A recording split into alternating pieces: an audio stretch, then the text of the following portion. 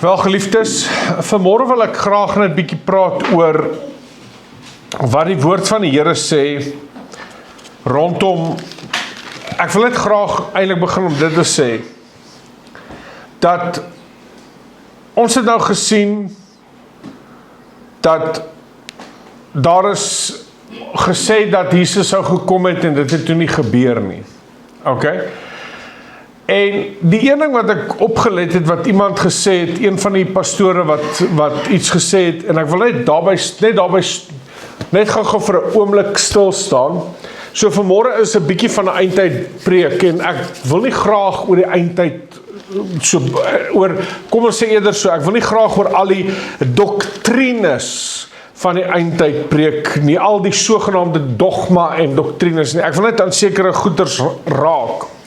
Nou, kom ons stem net gou saam oor 'n paar goed rondom die woord van die Here, is dat rondom die eindtyd, niemand van ons verskil oor die 7 jaar van verdrukking, oor die anti-kris, oor die wederkoms van ons Here Jesus, daai tipe dinge nie. Niemand van ons verskil daaroor nie. Waar die verskil inkom in die kerke en by mense, is hierdie ou glo die wegraping gaan plaas, of hierdie groep glo die wegraping gaan plaasvind voor die verdrukking. Die ander groep glo die wegraping gaan plaasvind in die middel van die verdrukking. Die ander groep glo weer die wegraping gaan plaasvind tussen die middel en hulle noem dit die pre-wrath. So net na die middel van die groot verdrukking. Die ander groep glo weer dat dit gaan gebeur net na die groot verdrukking, die wegraping. Ander glo weer die wegraping gaan glad nie plaasvind nie. So dit is waar die bekleierery inkom rondom die eindtyd. Daar's soveel bekleierery rondom dit. Nou, ek het een vraag vir almal. Ons almal lees uit die woord uit, en ek praat maar van hierdie is predikers, pastore, selfs skoliere, teoloë baie keer, of meeste van die tyd, wat dit preek. So met ander woorde, hulle moet 'n soliede basis hê van die woord, agtergrond. Hoekom is daar soveel verskille rondom dit? Hoekom is daar soveel verskille? Is omdat elkeen van ons, en elkeen natuurlik sal sy posisie verdedig, ek wil amper sê, beeldspraak tot die dood toe, sal hulle posisie verdedig. Wat ek sê is, dat dit sal gebeur, soos dit moet gebeur. Okay? It's gonna happen the way it should happen. Dis hoe dit gaan wees. Okay? As ons presies die blueprint gehad het van presies die presiese dag, want nou kry jy ouens wat nog meer ekstreem gaan, wat sê die dag en die tyd en die uur en daar, dit gaan plaasvind, dan jy weet, dit is van die ouens hulle koppe verloor. It can happen the way it should happen. Okay? Dit gaan gebeur die manier hoe dit moet gebeur. Al wat ek en jy moet seker maak is dat ons lampies vol olie is. So vanmôre wil ek net raak aan hierdie gedeelte rondom die misleiding rondom die eindtyd, en waarna ek en jy moet kyk. Want as ons praat van misleiding, dan gewoonlik wil ons sê, ja, daai pastoor of daai prediker of daai ou, hy mislei mense. Nee, besef jy kan mislei word. Jy self kan mislei word. Hoe nader ons ook aan die einde beweeg, gaan mense mislei word. So ek wil graag daaraan raak in hierdie oggend. Amen. Nou wat ek nou wou gesê het, is daar's 'n pastoor wat gesê het dat as jy, die pastoor is 'n pastoor Joshua of something, hy het gesê, as jy later hierdie jaar, later hierdie jaar, nog jy is as 'n Christen, beteken dat jy is in die groot verdrukking. Okay? So met ander woorde, as ons nou later in hierdie jaar nog hier is, beteken dat ons is in die groot verdrukking. Nommer 1, hoe weet hy dit? Want die Here het dit vir hom gewys, sê hy. Nommer 2 is dat mense koppel die wegraping, en ek wens dat die ouens wil ophou met hierdie goed. Die mense koppel die wegraping aan die groot verdrukking. Nêrens in die woord koppel die woord die wegraping, die sogenaamde wegraping, aan die verdrukking nie. Nêrens nie. Wat wel gekoppel word aan die groot verdrukking is die teken van 'n sterk verbond. Daniël 9:27, wat die man van sonde, met ander woorde wat ek en jy ken as die antichrist, wat hy sal bring. Daar sal 'n sterk verbond gesluit word met baie, en dan breek die groot verdrukking aan. Dit het niks te doen met die wegraping nie. Amen. Is julle nog hierso? Ok, so hoor bietjie wat sê die woord van die Here in Matteus hoofstuk 24 en daarvan af vers 45. En ek wil praat vanmôre oor die misleiding, in onsself. Want net om julle gedagtes te verfris, wat is die eerste ding wat Jesus gesê het vir sy disippels toe hulle op die Olyfberg gaan sit en toe die disippels van vra, Here, wanneer is die teken van hierdie dinge, die teken van u koms en van die volëinding van die wêreld? Wat het Jesus gesê, Matteus 24 vers 4? Pas op dat niemand julle mislei nie. Misleiding is die groot ding, en Paulus sê dit ook vir die gemeentes ensovoorts, dat misleiding is die groot probleem. En dan gaan Jesus aan, dan sê hy in vers 45 hierdie woorde, wie is dan die getroue en verstandige dienskneg, vir wie sy Heer oor die diensvolk aangestel het om hul voedsel op tyd te gee. Gelukkig is daar die dienskneg vir wie sy Heer, as hy kom, op hierdie manier besig sal vind. Sê 'n bietjie besig. Sê besig. Ok. Die Engels sê dit so mooi. Occupy. We must occupy till he comes. Met ander woorde, ons moet besig wees totdat Jesus kom. Ok. Gelukkig is daar die dienskneg vir wie sy Heer, as hy kom, op hierdie manier besig sal vind. Voorwaar ek sê vir julle, hy sal hom oor al sy besittings aanstel. Maar, nou hoor nou wat sê vers 48, maar, bring dit nie so 'n bietjie 'n demp oor wat nou net gesê was nie. Maar, as daar die slegte dienskneg, en ek wil julle moet let op die terme, as daar die slegte dienskneg, so wat is hy? Hy's 'n dienskneg in die huis. Maar raai wat? Jesus sê, en ek wil net weer julle gedagtes hierop laat let, die dienskneg wat besig is, die dienskneg wat in die huis is, die dienskneg wat besig is, ons praat hier van diensknegte. We are talking here about servants, en hakkies, my en jou. Maar as daar die slegte dienskneg in sy hart sê, my Heer tel hom om te kom. Wat is die een ding wat ek en jy bo alle dinge moet bewaak? Ons hart. Ons moet ons hart bewaak bo alle dinge wat bewaak moet word, want daaruit is die oorsprong van alle lewe, Spreuke 4. Maar as daar die slegte dienskneg in sy hart sê, my Heer tel hom om te kom, en hy sy medediensknegte begin slaan, en saam met die dronkaards begin eet en drink. So wat is hierdie dienskneg nou besig om te doen? Hy was aangestel as 'n dienskneg in die huis, om diens uit te voer. Jy, geliefde kind van God, is 'n dienskneg in die huis van God, om diens uit te voer in die naam van die Here. Waar ook al die Here jou aangestel het, moet jy bly en vrug dra daarin. Maak dit sin wat ek sê? Luister baie mooi. Jy moet vrug dra en jy moet meer vrug dra. You must occupy till he comes, en you must excel. Jy moet goed doen. Jy moet vooruitgaan as kind van God, waaroor die Here jou aangestel het. Maar hier, as jy 'n dienskneg is, wat sê, ag, die Here tel hom om te kom, en dit en dit en dit en dit. En dan, hierdie ou, hy begin saam met sy medediensknegte, hy begin hulle te slaan, en saam met die dronkaards begin te eet en te drink. So hierdie ou backslide. Sien julle dit?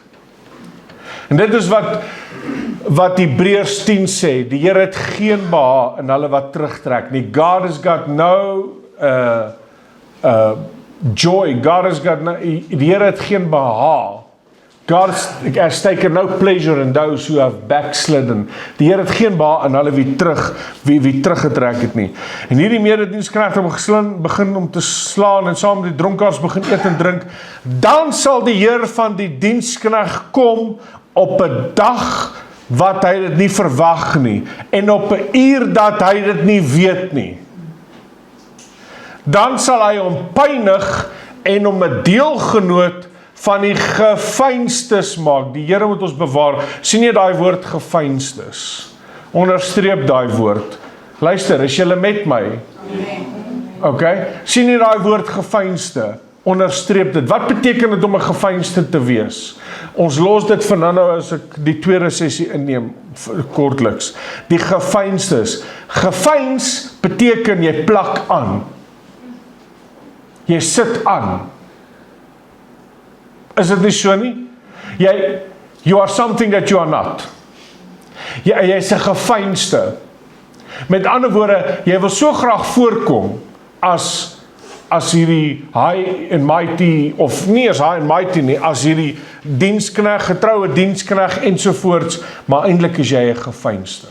Met ander woorde, jy dubbelstandaard in jou lewe. En wat sê die Here? Hy sal jou 'n deelgenoot van die geveinstes maak. So daar's ander geveinstes wat die Here jou 'n deelgenoot van sal gemaak. Daar sal geween wees en geknars van die tande. Sien jy dat die wat buite gegooi word is ook geveinstes? Die wat op hulle tande knars, die wat met ander woorde in die hel gewerp word, is onder andere ook geveinstes. Mense wat weet jy, Paulus sê dit so mooi, mense wat 'n gedaante van godsaligheid het, maar die krag daarvan verloon het. 2 Timoteus 3 vers 5. Mense wat 'n gedaante van godsaligheid het, maar die krag daarvan verloon het. Die eerste ding wat ek en jy moet oppas voor in hierdie eindtyd, in hierdie einde van dae, is selfmisleiding, omdat ons nie 'n vark bly 'n vark, of jy nou die dierste, wat is dier make-up wat vrouens dra? Ek weet nie wat is dier make-up nie. Wat is dier make-up? Kom ons sê nou maar Jean-Tron Trevion. Okay? Dit klink soos dier make-up, is dit nie so nie? En die meantime word ons so toe vervaardig. Okay? Maar Jean-Tron Trevion, wat ingevoer word van Frans en Turin, from Marseille, en dit word ingevoer. So jy dra nou hierdie dier make-up. As jy daai ding op 'n landras vark smeer, bly daai dinge landras vark. Of jy nou Jean-Tron Trevion of Shin Kang Kong opsmeer, daai ding bly 'n vark. Wat ek probeer sê is, jy kan die dierste Christelike make-up dra en nog steeds van harte 'n vark wees. So waarvoor moet ons oppas? Selfmisleiding. Om te verkoel, dis die eerste ding, is om te verkoel en te verkoud en te terug te val. That is why we must maintain a life study, a life that is given to the word of God, 'n lewe wat gegee is aan die woord van die Here, vir gebed en om natuurlik te groei in die genade van die Here. So die eerste kondisie van misleiding is selfmisleiding, is verkoeling. En dan gaan ons aan. Dan gaan Jesus en hy sê daar in Matteus 25, ek gaan vir julle 3 verhale vanmôre lees. Die tweede ene is, dan sal die koninkryk van die hemele wees soos 10 maagde, Matteus 25 vanaf vers 1. Dan sal die koninkryk van die hemele wees soos 10 maagde, wat hulle lampe geneem en uitgegaan het om die bruidegom te ontmoet. Kan jy sien hierdie is sinnebeeldtaal, bruidegom, maagde, ek en jy is veronderstel om soos 'n maagd te wees wat ons bewaar vir die Here Jesus Christus. Is dit nie so nie? Ons moet onsself bewaar. Hy sê, en 5 van hulle was verstandig en 5 dwaas. Daar was 5 wat verstandig was en 5 dwaas. En toe die wat dwaas was hulle lampe neem, het hulle geen olie met hulle saamgeneem nie. Maar die verstandiges het olie in hulle kanne saam met hulle lampe geneem. Terwyl die bruidegom talm om te kom, het hulle almal vaak geword en aan die slaap geraak. So almal het geslaap. En middernag was daar geroep, daar kom die bruidegom, gaan uit om tegemoet. Toe staan al die maagde op en maak hulle lampe gereed.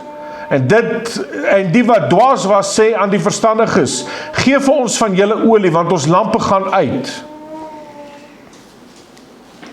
Ja, dankie.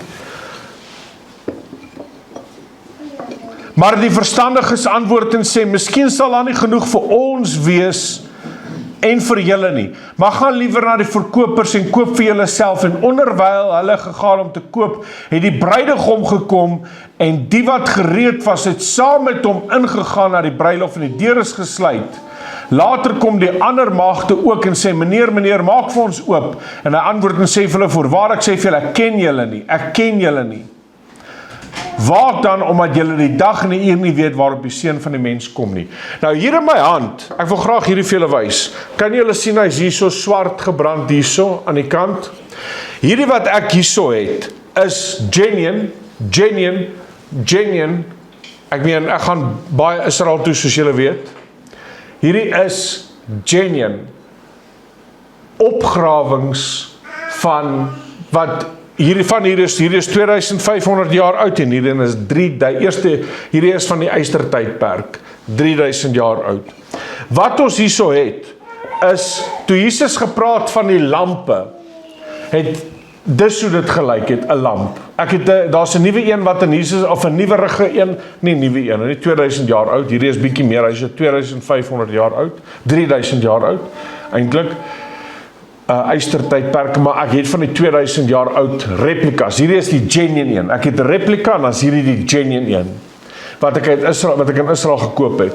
Nou daar's antieke dealers daar. Nou wat hulle gedoen het is hulle wicks, hulle putte hier ingesteek en dan was hierso so bakkie waar die olie gelê het. So hulle het hulle olie hier ingegooi, die olyfolie, en dan het die put hierso die wick, het die gebrand. En dan het hulle sodoende hulle lamp gehad. Dit was die lampe hierdie was van koning Dawid se tydperk af, en dan Jesus se tydperk was dit bietjie kleiner geweest, bietjie dieper, maar is dieselfde een, dis min of meer dieselfde. 2500, 3000 jaar oud wat hierdie is. Kan jy dit glo, dat ek in my hand hier vashou, wat uit Israel uitkom? Wie het nie dalk hier hom in sy hand vasgehou? Wie sê nie koning Dawid het hom dalk hierdie spesifieke een in sy hand op 'n tyd vasgehou nie? Is dit nie so nie? Nou toe hierdie maagde gegaan het hulle almal lampe gehad. Luister baie mooi, hulle almal het lampe gehad. Hulle almal se liggies het gebrand en hulle almal het olie hierin gehad. Maak dit sin? Hulle het aan die brand gesteek. Hulle het aan die slaap geword, hulle het vaak geword en aan die slaap geraak. En hulle lampe, die putte het nog steeds gebrand, die olie het begin minder word, maar hulle was nie slaap, maar hulle lampe het nog steeds gebrand. En middernag kom daar 'n groep wat sê, die bruidegom kom, gaan hom uit tegemoet. Wat doen die 5 dwaases? Hulle besef dat hulle lampe se olie is besig om uit te gaan, hulle putte is besig om putte is mos die regte woord, né? Is dit nie vir weeks?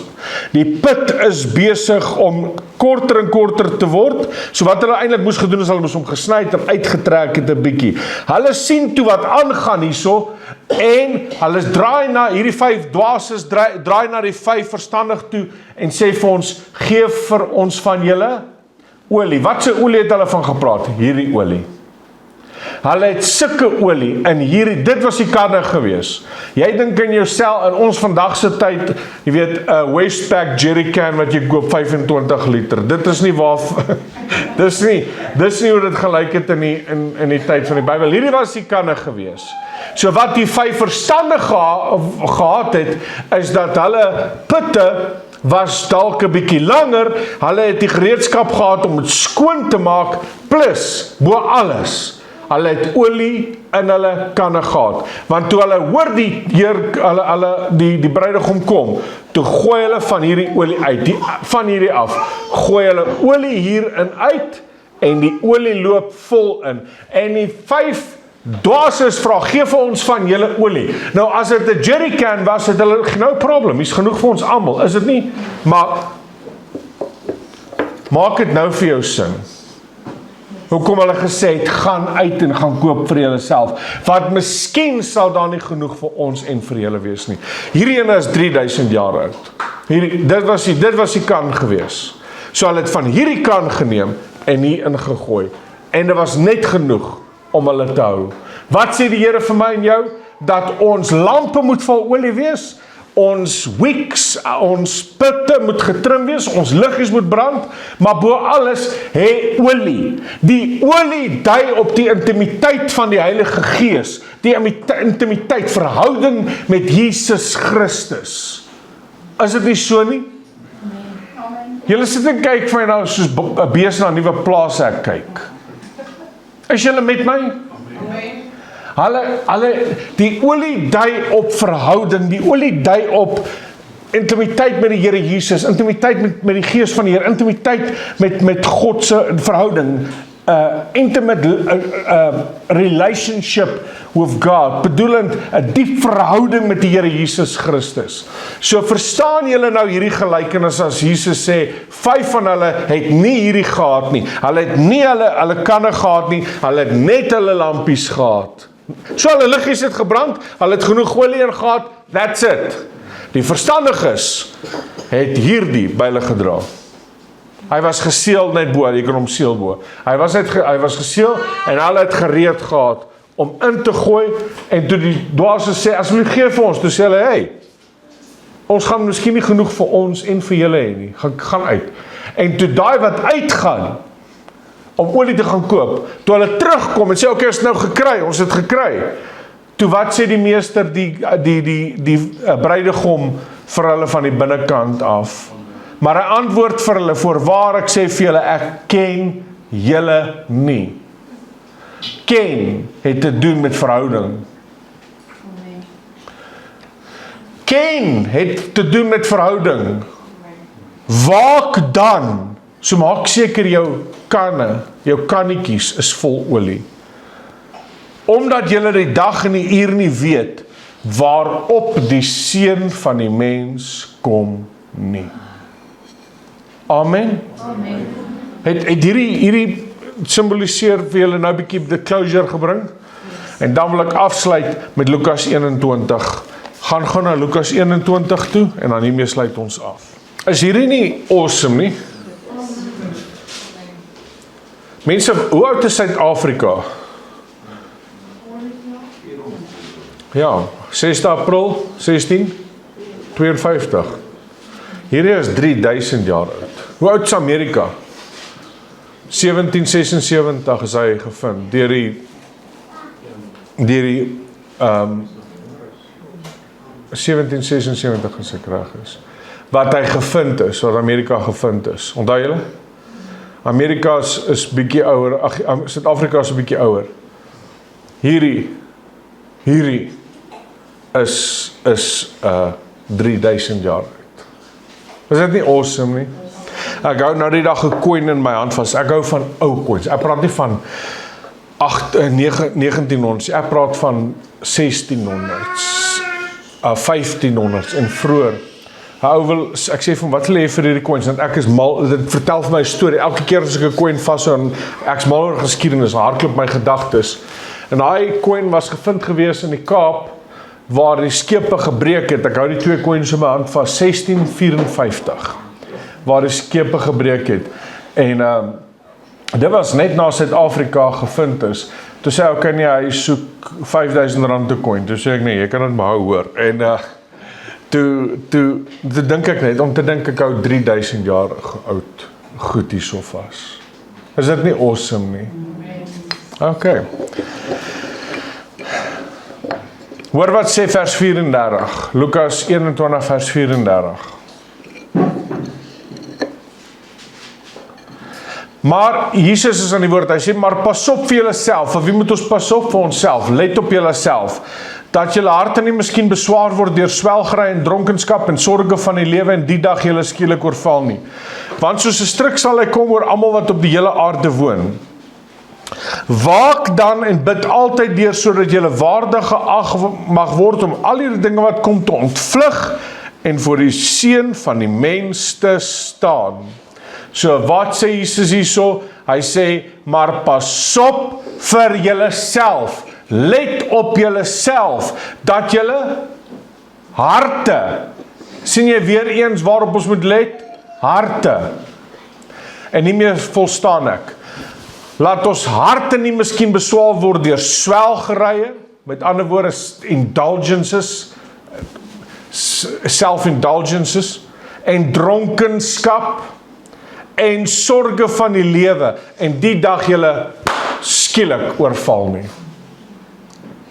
Amen. So kom ek en jy sorg, dat ek en jy reg is, in plaas van om te kyk nou na ander ouens wat mens wil sê, hierdie ouens mislei, en ja, daar's ouens oralste wat mense mislei. Die grootste misleiding is selfmisleiding. As jy besig is met valsheid, en as jy nie jou hart bewaar bo alles nie, as jy nie olie in jou lampies het nie, as jy nie waak op jouself nie. Dis hoekom dit so belangrik is dat die paas die leiding in die huis moet neem. Dis hoekom dit so belangrik is dat mans en vrouens moet saam bid. Dis hoekom dit so belangrik is dat jy self 'n verhouding met die Here Jesus moet bou en volgens die woord van die Here leef en volgens die woord van die Here groei. Amen.